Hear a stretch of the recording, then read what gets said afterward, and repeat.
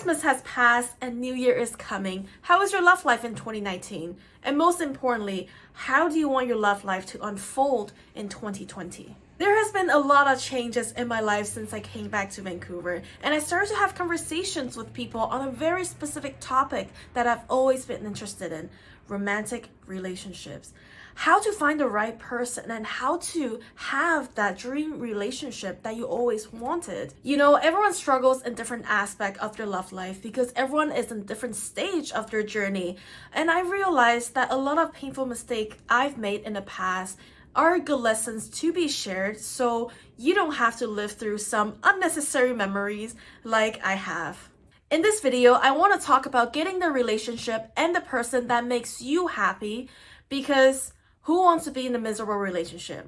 You might as well be single. So the very first thing you want to do is know who you are. There is a book that I read this past summer, and one of the concepts really stuck out to me, and that is, if you don't know who you are, how can you expect other people to understand you? This is really profound to me because I've seen my close friend, family, or other people, and including myself in the past, I didn't know what I want. I didn't know who I was. So I was walking through life expecting that other people will understand me more than myself, which was extremely unfair. Here's a good example that I've personally done in the past, and I've seen other girls doing it. As a girl, I used to fall in the trap that I want something, but I don't want to say it because if I say it, then you're probably doing it only because I asked for it. Now, if you're currently struggling with this syndrome, here's where you want to do the mindset shift.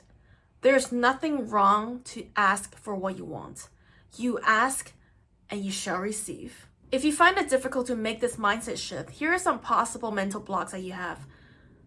I don't want to sound too demanding. I'm embarrassed to say what I want. What if he does it only because I asked for it? First, I don't blame you for feeling this way, because that just means you're very receptive to whatever the society has fed you. However, I want to help you to get over this mental block because it's probably stopping you from having the happy relationship that you want. From what I learned, if a man truly loves you and cares about you, they want to make you happy.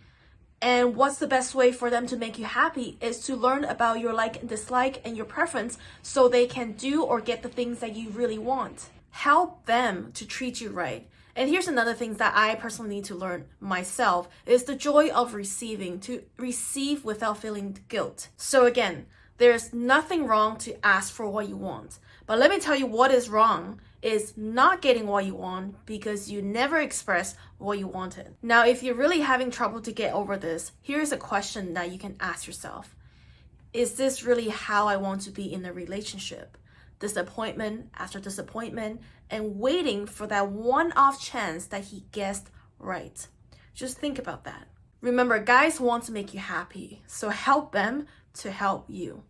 Now, knowing what you want is only an aspect of know who you are. Knowing who you are also includes knowing your emotion, knowing your behaviors, knowing your value, knowing your pain, knowing your bottom line, and more.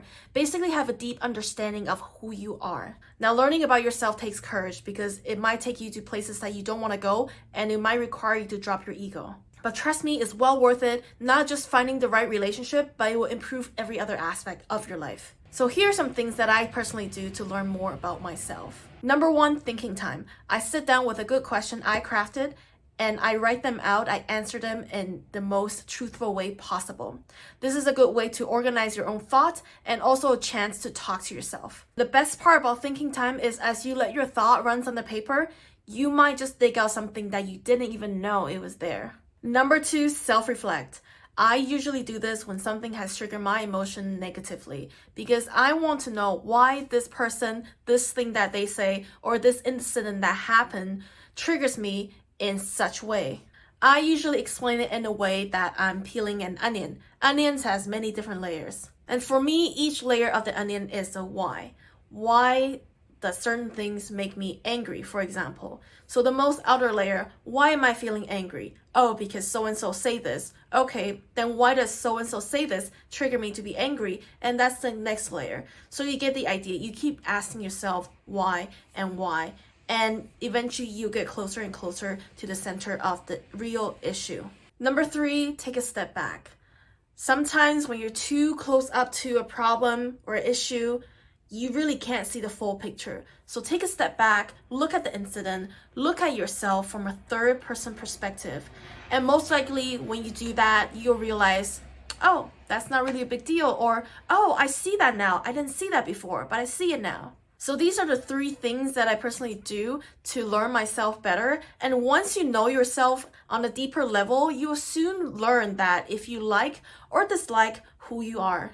And not just who you are in general, but which aspect of yourself that you like and which aspect of yourself that you really want to change or improve.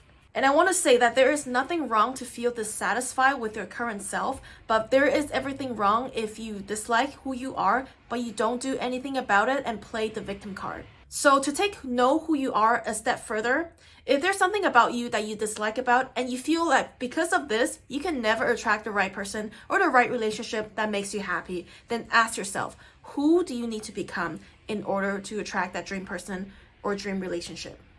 I suggest making a list of all the qualities that you see yourself having. This is so important to know who you want to become. And while we're talking about making a list, this ties to the next point. Know who you want and don't want. Now you've created an image of your future self, start thinking of the person your future self will want to be with. The key here is your future self. Because think back to the type of guy that you're attracted to back in middle school or high school.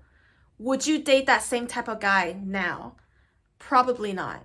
So what you want to do is sit down with yourself and write down all the qualities that you want your future partner to have. And here are 3 basic principles that I recommend you to follow. Number 1, write in a positive tone. For example, if you don't want to be with someone who smokes, then write, he has a healthy lifestyle. Number 2, don't hold back or limit yourself. Just because the quality seems outrageous or out of reach now, doesn't mean you should stop yourself from staying true to your heart. Number 3, be as detailed as possible. Take your time, no rush. Now, I believe making a truthful list is very important because it's going to serve you as a guideline, as a map. How do you know that you've met the person you want? You go down the checklist secretly.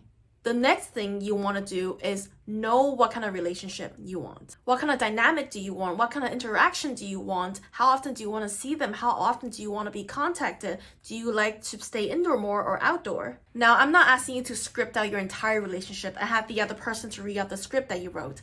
What I'm saying is learn and understand what kind of relationship makes you happy, because I believe a dream relationship is built upon these interactions with each other moments by moment. If you want a long, sustainable, happy relationship, then you want to make sure that you and your dream partner are both comfortable in this relationship. In other words, you want to make sure that both of you can be yourself. I've made a mistake in the past that I didn't know who I was, I didn't know who I want, and I absolutely didn't know what kind of relationship that I was looking for that makes me the most happy. And as a result, I fell in some miserable relationships. Now, I'm not saying that once you identify all 3 aspects and found your dream partner, you will guarantee to be happy. In fact, happiness really comes from within. You have to be happy first with yourself in order to be happy with another person. I believe the key factor in finding the right person is to be true to yourself, because by accepting yourself, you develop a great love for yourself. And when other people see that you love yourself, they want to hop on the train with you because they want to know what's so good about you that even you love yourself. Now that you know the 3 no's to finding the right person to build the right relationship for you, the next video, I'm going to talk about the must-do in the early stage of a relationship.